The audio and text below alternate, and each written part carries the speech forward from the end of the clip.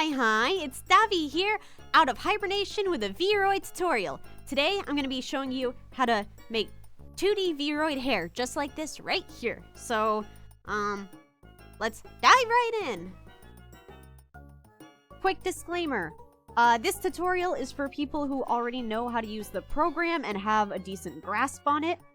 Second, my mic quality kind of changes a little bit over halfway through. I hope it's not too noticeable, but there's this weird static that I notice on some of the newer clips. So, I don't know. Bear with me. Thank you. The first thing I do when I make a Vroid model is I get rid of everything that makes it look like a Vroid model. I think you know what I'm talking about. So I go to Look, Rim Light, and I just turn off the rim light. I take all the sliders and turn them down to 0. Of course, if you like the rim light, go ahead, have fun. Next, I'm just gonna choose a short, straight hairstyle to show a 2D shading. In the future, I'll do a tutorial on how to shade curly hair in a 2D style, but for now, we're just gonna do a short hairstyle, and luckily for this tutorial, it's something you could also apply to longer, straight hairstyles as well. So, yep, choose your hair. Got our nice little bob, and now we can start shading. Actually, I lied. We can't start shading yet. Before that, go through all your layers and delete any unnecessary locks of hair. You can tell a strand is unnecessary because when you delete it, the overall look of the hair doesn't change. So you right-click on the layer and you go all the way down to delete. Simple as that. Right-click and delete. And you can also do this with individual strands as well by, you hit the drop-down arrow and then you click on a strand and you hit delete, or you could specifically choose the strand that you want and right click and then delete. Finally, we can actually start shading. I'm going to duplicate the first material up here so that we have something to work with. I'm not going to teach you to do any custom gradients because that's more annoying than just shading in 2D, so I'm going to name it Bangs 1. And then we're going to individually select one of the bangs, one of the strands in the bangs. Go to our new material that we made and hit edit. You're gonna have to do this with all the strands. Individually coloring the strands is very important for giving it that authentic anime 2D look. It takes a lot of work, but with practice, you can get really fast at it. So here, I'm just tracing the edge of the strand. I'm drawing directly on the Vroid model. A lot of people will tell you not to do that, but I find it is the easiest and most convenient way. I don't usually, for hair, export my textures unless I'm doing a gradient. Then I'll, bring it in Clip Studio. This gives the hair a look of, kind of overlapping. The bangs are overlapping each other. There's some shading from the parts the sunlight doesn't reach. And the color I chose is, it has a purple tint to it. It's a brown, but with a reddish purple, maroon tint. I usually don't like to just use a darker shade of the color I'm using because I think it's more interesting to use a color that's either slightly warmer or cooler. Something that I'm going to mention later is on the right and the lefts of the shading that you see here. You're going to want to color in that entire texture so there's no awkward overlapping, but I'll go into more detail on that later. For the highlights, I ended up choosing a light brown. And I start to draw a halo highlight. A halo highlight is when it's just a simple ring around the whole head. It's just easier this way for me personally. Very 2D, very cell shading. You just block in the shading. You don't do any blending. No blending at all for this method unless you really want to go advanced and, make your own gradient behind it.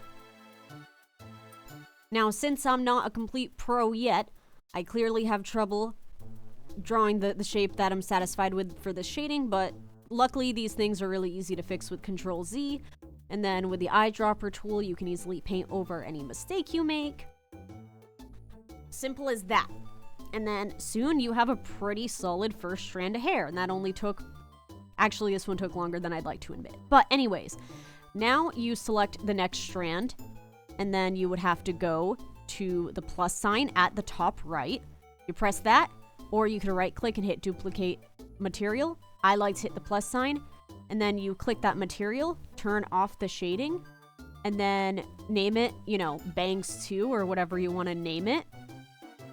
Well, you turn off the highlight, not the shading. And then you hit edit texture, and then you just do the same process where you're tracing the edge of the strand, where it connects to the other strand, basically. It's very simple. It looks complicated. Don't look at your texture map. Look at the model itself. All right, I'm gonna pop out and then pop back in at this timestamp.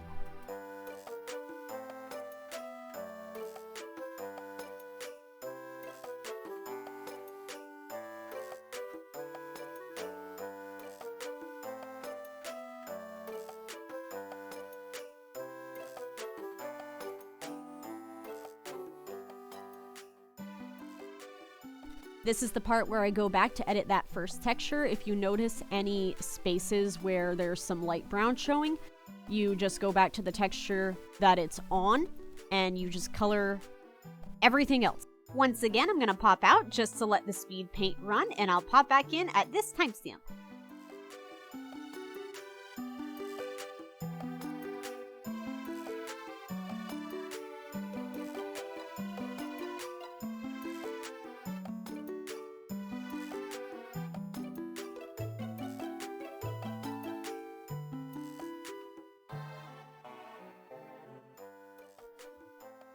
And there you have it. It's already looking a lot cuter, if I say so myself. The back and the sides are pretty bare, but luckily those are a lot easier to color than the front because you can get away with making a lot of things the same texture.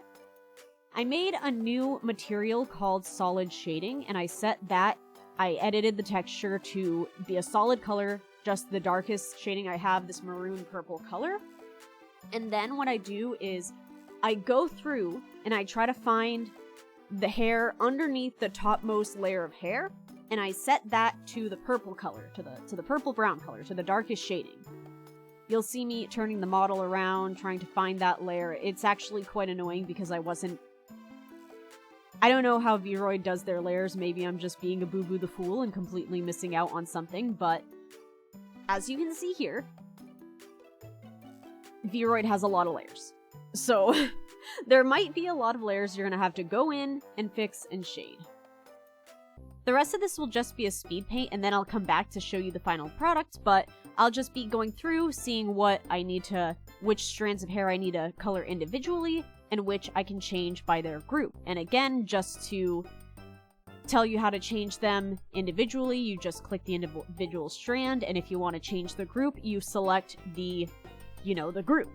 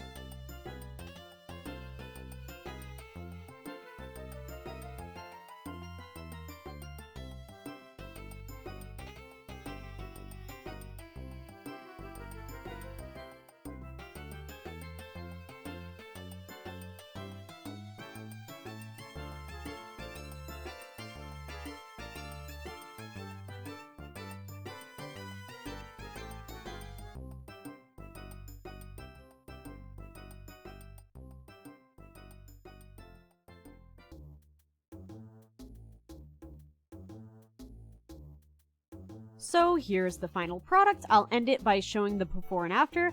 Thank you for watching this tutorial, and if you don't subscribe, then you're a prep!